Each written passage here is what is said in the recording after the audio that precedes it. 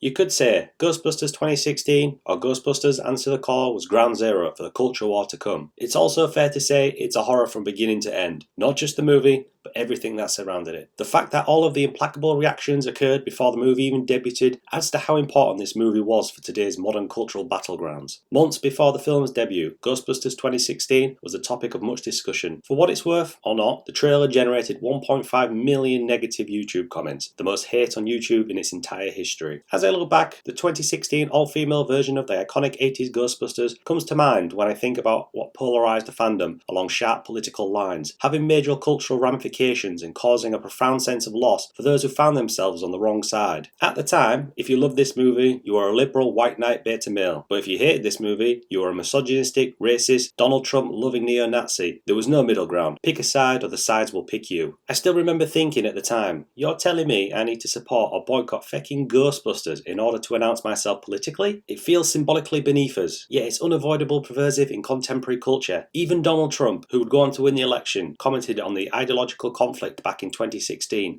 And now they're making Ghostbusters with only women. What's going on? Of course, there were a loud minority of whom were misogynistic and racist, and this was ever present in the certain groups like Reddit and 4chan groups, which targeted the movie with coordinated downvote campaigns on IMDb and YouTube. Think pieces were published about this was the movie that took feminism too far, and star Leslie Jones was briefly forced off social media by a campaign of racial and sexist harassment run by a self-serving, bigoted narcissist who rose to fame by hopping on the hate-related bandwagons, and the bullies saw success with this. The narrative that the Ghostbusters revival was a failure because it featured women will endure regardless of the circumstances or how Hollywood actually operates. Despite the fact that there were a lot of other circumstances at play, they can still claim victory. Bullies will always find a way to change the truth to fit their predetermined ideas of self-victimization, but in this case, the media gladly did so, and it has left a sour stain on the conversation that we'll never truly be able to remove. The fact is, Ghostbusters 2016 wasn't very good. Sticking too closely to the original's beats while somehow forgetting to include any jokes prevented a clash from occurring between the oppressed progressive cultural property and their aggressive fan base, as occurred with Star Wars The Last Jedi, Captain Marvel and several other films. When it was finally launched, the impetus had already faded and the financial disaster rendered all ideas for a sequel moot. However, this is simply the way that a lot of crap operates these days. Many more of our political battles being conducted online by cultural proxy, as we've seen again with Star Wars The Last Jedi, Captain Marvel and a number of other movies. Representative liberalism struggled with revanchist conservatism. It's not limited to the polls, it also occurs at the box office, the Grammys, Comic-Con and high school publications. While this is one side of the coin, the other side had their own issues. They couldn't see or wanted to see that the movie was an obvious soulless cash grab. This fueling the other side's hate for the movie created a loop in self-prophecy. And it still amazes me that a group of talented filmmakers and actors, who I'm sure have love for the original and set out to make the best film possible, ended up making a movie that had poor acting, filmmaking, editing, cinematography and music were all uninspired. Special effects that are tacky, unremarkable villain and an awful script. Ghostbusters 2016 sits in an impressive 73% on Rotten Tomatoes as of this video, and this goes to show that nobody at the time could be honest about this movie. I'm sure enough time has passed where the collective masses can generally agree this film is subpar, but the battle lines were drawn and the critics took their sides accordingly. It's necessary to make it clear that the reasons you're not a fan of this movie have nothing to do with those reasons, which are the ones the trolls yell about, in order to even have a debate about any of these movies. In a similar vein, if you didn't enjoy one of the targeted movies such as Black Panther or The Last Jedi, which received high marks from critics and wide acclaim from moviegoers, you might feel obliged to explain that you didn't enjoy it, but not because you're prejudiced against people of colour or women, which is already a hard way to start a conversation. It seems to be a minefield to admit you didn't enjoy one of these movies as much as someone else, and to run the risk of being identified with people whose actions you find repugnant, an issue professional critics clearly fear to this day. Nobody should be forced to defend a movie they didn't enjoy, or about which they have strong opinions, just because a few performers acting in bad faith got upset online. To keep people out of the conversation because of their identity or ideology didn't suit studios' ideas of the mainstream and weren't traditionally supported by Hollywood, the trolls might sought to separate people and impede their attempts to enjoy and learn from art and one another. It's still too early to tell, in my opinion, whether these effects will endure or whether it will eventually be simpler to bring up valid issues with these or other movies once the events leading up to their release are forgotten. I'm hoping that time will heal, but as we're 6 years out from Ghostbusters 2016 and films like The Little Mermaid are getting similar reactions, I'm not feeling too optimistic. However, I believe it's worthwhile to push for enlightening, strong dialogues regarding popular art. I also hope that Ghostbusters 2016 and the numerous movies that followed taught us that criticism and spirited debate are not just beneficial for art, but for all of our humanity. But when it comes to classics such as Ghostbusters or Back to the Future, it's best to leave some things alone. I'd love to hear your thoughts below on the current climate of discourse surrounding such films and whether you enjoyed or didn't enjoy Ghostbusters 2016. Let's bring back honest debate within film criticism. Thanks for listening. Please like and subscribe for more British rambles in the future.